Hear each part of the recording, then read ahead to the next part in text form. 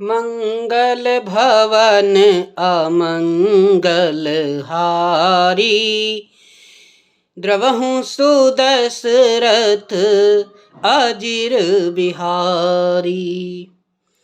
हम लोग अभी राम भरत संवाद सुन रहे हैं और इसी प्रसंग में हम लोग आगे बढ़ते हैं कि श्री राम जी और भरत जी का आपस में संवाद हो रहा है। उधर देवराज इंद्र और अन्य देवतागण भी भयभीत हैं कि कहीं श्री राम जी अयोध्या वापस ना चले जाएं और उनका काम जो जिसके लिए उन्होंने अवतार लिया है वह अधूरा रह जाए।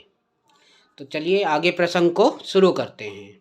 भरत जनक मुनि जन सचिव, साधु सचेत बिहाई, लागी देव माया सबहि, जथा जोग जनु पाई। सियावर राम जय जय राम, मेरे प्रभु राम जय श्री राम। भरत जी, जनक जी, मुनिजन, मंत्री और ज्ञानी साधु संतों को छोड़कर अन्य सभी पर जिस मनुष्य को जिस योग्य पाया उस पर वैसे ही देव माया लग गई। जो इंद्र ने देव माया छोड़ी थी कि सभी का मन पलट जाए और राम जी वनवास में रहें। कृपा सिंधु लगी दोग दुखारे, निज सनेह सुरपति छल भारे। सभा राउ गुर महिसुर मंत्री, भरत भगत सबके मति जंत्री। कृपा सिंधु श्री रामचंद्र जी ने लोगों को अपने स्नेह और देवराज इंद्र के भारी छल से दुखी देखा। सभा, राजा जनक, गुरु, ब्राह्मण और मंत्री आदि सभी की बुद्धि को भरत जी की भक्ति ने कील कर दिया, अर्थात वो उनकी भक्ति से सराबोर हो गए हैं। राम ही चितव चित्र लिखे से, सकुचत बोलत बचन सिखे से। भरत प्रीति नति विनय बड़ाई, सुनत सुखद बरनत कठिनाई। सब लोग चित्र लिखे से श्री रामचंद्र जी की ओर देख रहे हैं, एक टक उन्हें ही देख रहे हैं, भगवान श्री राम जी को। सकुचाते हुए सिखाए हुए से वचन बोलते हैं। भरत जी की प्रीति, नम्रता, विनय और बड़ाई सुनने में सुख देने वाली है, पर उसके वर्णन करने में कठिनता है, अर्थात उनके स्नेह, प्रेम, भक्ति को वर्णित नहीं किया जा सकता। जासु बिलो की भगति लवलेसु, प्रेम मगन मुनिगण मिथिलेसु। महिमा तासु कहें किमि तुलसी, भगति सुभाए सुमित ही हुलसी। जिनकी भक्ति का लवलेश देखकर मुनिगण और मिथिलेश्वर जनक जी प्रेम में मगन हो गए, उन भरत जी की महिमा तुलसीदास कैसे कहें। उनकी भक्ति और सुंदर भाव हृदय में सुबुद्धि हुलस रही है, अर्थात उनका प्रेम, भरत जी का प्रेम सभी पर भारी पड़ गया है।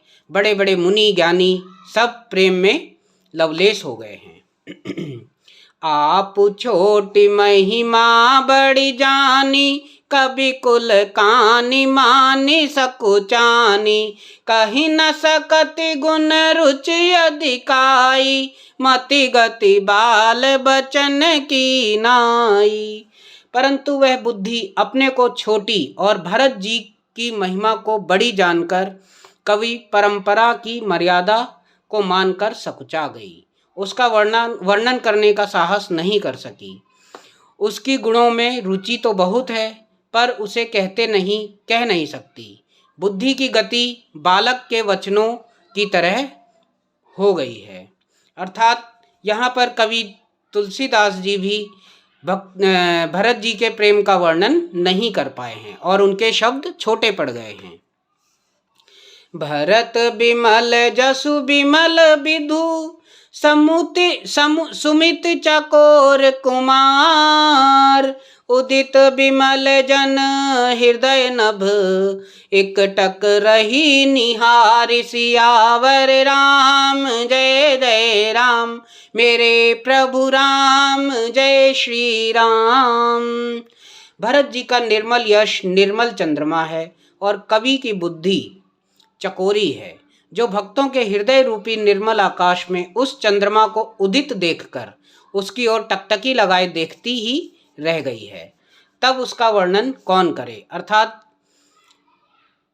भरत जी का यश जो है वो चंद्रमा के समान है, और चकोर क्या होता है, एक पक्षी होता है जो चंद्रमा को निहारता रहता है। इसी तरह तुलसीदास जी उनके प्रेम को निहारते ही रह गए और उनका वर्णन भी नहीं कर पाए।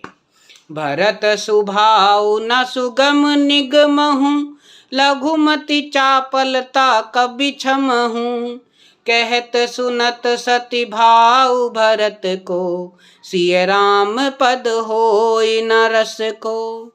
भरत जी के स्वभाव का वर्णन वेदों के लिए भी सुगम नहीं है, अतः मेरी तुच्छ बुद्धि की चंचलता को कवि लोग क्षमा करें।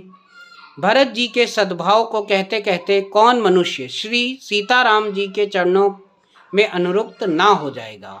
यहाँ पर कवि तुलसीदास जी कहते हैं कि कविगण मुझे क्षमा करें, मैं उनकी भक्ति और उनके स्वभाव को, मतलब भरत जी के भक्ति और स्वभाव को वर्णित नहीं कर पा रहा हूँ।